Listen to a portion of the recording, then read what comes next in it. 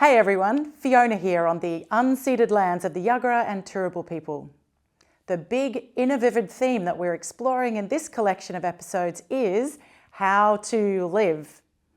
I really like this theme because it hints that at the core of our busy lives, beneath the rush and focus and rat race, there is the freedom to choose how to live. But how do we even do that? And does it matter what choices we make? What rule in life is most important to you? Does anything come to mind? I wish you'd stop doing that when you don't want to answer. That's only worked once. Can I have two? Sure. Love the Lord your God and do unto others. Nice. So those are two things in the Bible, in the Christian Bible? Yeah. Yes. Yeah. Be kind to self and be kind to others. Be true to yourself. I think, being true to who you are. In episodes 1 and 2 of this theme, there was a lot of talk around how humans do that work of getting on and how they decide what is right, what is wrong, and the need to revisit those decisions with new information or a new context. A few of our inner vivid thinkers mentioned that religion might offer ways to organise humans, provide a moral compass, and that modern societies still reference these in some ways. So, what is it about religion? This leads to our question for today. A lot of religions have a lot of rules. Why? Is that their main purpose? Yeah, I think often it is. If you want someone to follow your rules, what better way than to tell them that the gods want this, that it was the gods' idea, because it's that external authority that carries much more weight than me saying, well, I think this is how we should do it. And Christianity certainly gets twisted like that and becomes a thing about things you should do and things you shouldn't do because God says so. But really, mostly they're things that people think you should or shouldn't do, and they're just looking for some, a big stick to back them up. I think the religions have developed a whole lot of rules because one of their purposes is to help people live their best lives and to flourish. And so they've developed rules that at the time of the developing of those rules were probably the things that helped us most. The problem we have, I think, is that we concretize things which at the time were our best guess.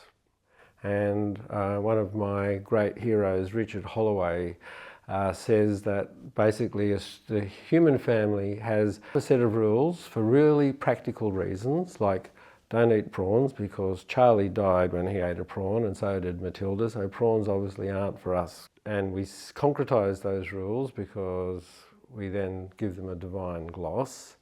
And then when we move on and we work out how to eat prawns safely, there are those who say you can't eat prawns because that was the rule and always has been, and there are those who want to change the law and the rule. And over time we have these arguments and eventually the rules change, and then having not learnt anything from the experience, we concretise the new set of rules, and then they do us a favour of looking after us for a generation or two or a couple of centuries. Then we work out we want to change, or some of us want to change them, so we start the process all over again, and the people who think that the new rules were sort of somehow given to us by God go through the same argument. And so, as Richard says, we have spent our whole existence coming up with rules, concretising them, changing them, concretising them again, and we haven't learnt the lesson that what we're really trying to do is come up with the way to best live. So I think religions are more than rules, otherwise they would be kind of, not life-giving. I think religions at their best are life-giving. They affirm life as a gift, they affirm the environment in which we live as a gift, they affirm that we have a purpose beyond individual success, but talks about care and love and community. So I think religion is on about much more than laws and rules. Something that I found out a few years ago that I find infinitely interesting is that all the major world religions have this one golden rule, which is phrased differently in each of them, but it's basically treat others how you'd like to be treated yourself. And I found that really interesting, that so many of these major world religions that had been formed in all different parts of the planet, that had probably never had contact with each other until relatively modern times, all have this thread running through them. This, be kind to each other, treat other people how you would like to be treated yourself. So what that says to me is that we as human beings actually really feel that and believe that and are affected by that. So if that's happening the whole world over in all of these different situations and all of these different circumstances, without there being one overarching voice that has dictated this, there must be something in that, surely. Because I don't think rules are particularly helpful all the time. I think in my religious structure, I follow the ways of Jesus. One of the things that Jesus taught was that it's okay not to live by a whole heap of sets of rules, which is how people used to think it was the right way to live. I think we need to realise that instead of rules, maybe guidelines would be a better way of looking at things, and of being guided through life by what you think is the correct thing to do.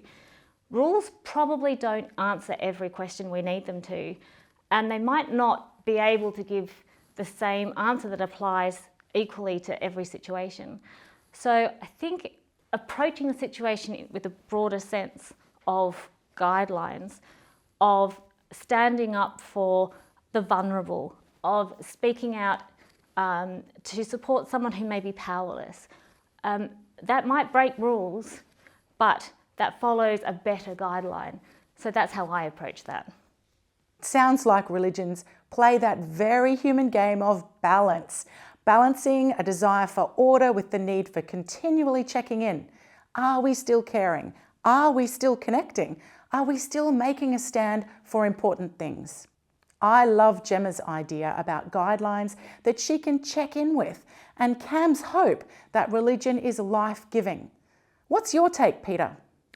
Yeah, religions are full of rules, often, but I don't think rules are the main point of religion. I think they serve something a bit more comprehensive. I would say that they're ritual, symbolic, and ethical systems that shape human desire in a particular direction. And rules exist as part of that larger desire shaping and desire directing role of religion. And that some religions, for instance, have rules that cover almost every minute of the day. The minute that you wake up to the minute you go to sleep, and even sleep itself is kind of blanketed in all of these kind of minute rules. I think that some people really respond well to, structures or guidelines. Some people really like that aspect of religion. I think it can provide, a moral framework or a structure for them. And sometimes that may seem, again, to sort of modern Western people, a bit bizarre or a bit foreign or a bit strange or a bit even oppressive. But for the people who live inside of those systems, even that kind of minute, comprehensive, system of rules can actually be liberating.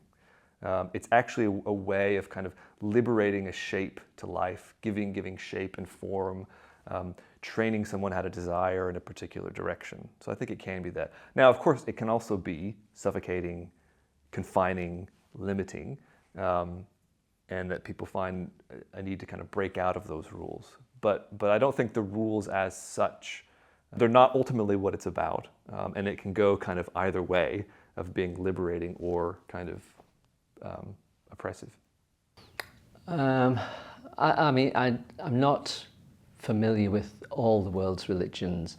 I know sort of like Judeo-Christianity, a lot of the rules, the 10 Commandments and the 613 rules of the law, they were there really to ensure the survival of a nomadic race living a few thousand years ago. And it was really to ensure that they didn't die out. And trying to apply it to 21st century civilization here in Australia is not always that helpful. And so I think we have to be very careful about trying to just pick old rules and laws and apply them now. And you see that not just in faith beliefs and what have you as well, but if you look back through some of the archaic laws that different countries, particularly Great Britain, we had some really crackers laws over the years, like the church had to provide an area for every able-bodied man to practice his archery on a Sunday afternoon. Otherwise, the churchman could be fined and what have you. I mean, that was the requirement then, because we were always fighting the French. Nowadays, we tend to get on. There's a bit more entente cordiale between the two nations, so we don't have that rule enacted. I think it's still on the statute books, but who's going to try applying that today? If anyone tries to apply it here in Australia, they'll be sent packing, I think. No, I don't think it's the main purpose of religions, but I think helping people think about how to live together is part of the role of religion. And so, ethics is not just about here's a bunch of rules.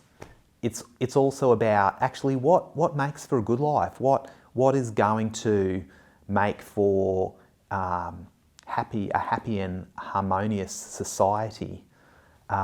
What's going to make for a peaceful and just society. So the reason we have these rules is to help people live together and to make a better world for all of us. But there's more to religion than just those rules. For me personally, the main purpose of religion is community and belonging, and that's where I get my real sense of community and belonging and connection from. But I think that for some people they can be a really positive way of living out what they believe. But that's really dependent on how much value you place on rules and how important that is to you. Community and belonging. That seems to point that religion for some is more than rules about how to live, what to do and what not to do. There could be some resources in there worth a look. That sounds like it could even be life-giving. We hope you know that Innovivid is not all about prescribing a way forward. You get to take these ideas and make them your own. Ask others and maybe start some conversations. If you enjoyed that conversation, then check out the next ep, which delves into how much is too much when it comes to being ourselves. Are there limits? And what is that about?